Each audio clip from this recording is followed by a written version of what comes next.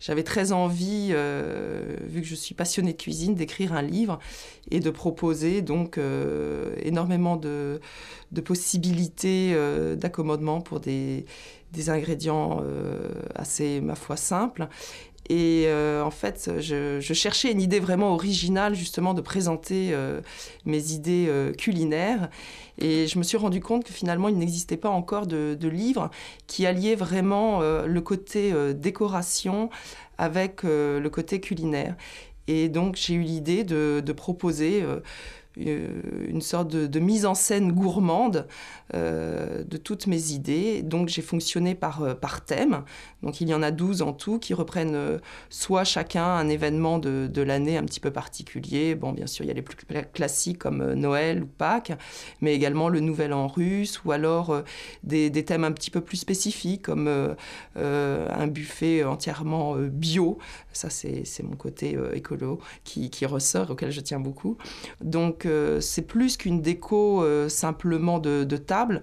On propose vraiment des idées, des astuces, des solutions de remplacement pour décorer l'intérieur même de votre pièce, celle où vous recevez.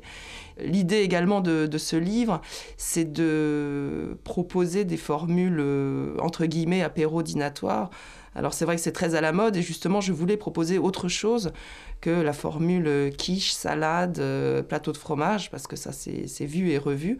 Et j'essaye justement d'être assez originale tant dans le conditionnement que dans la manière de proposer les recettes qui sont très variées. Avec cette formule buffet où tout est prêt d'avance, finalement, je trouve que c'est un bon compromis pour pouvoir recevoir de 15 à 20 personnes à la fois.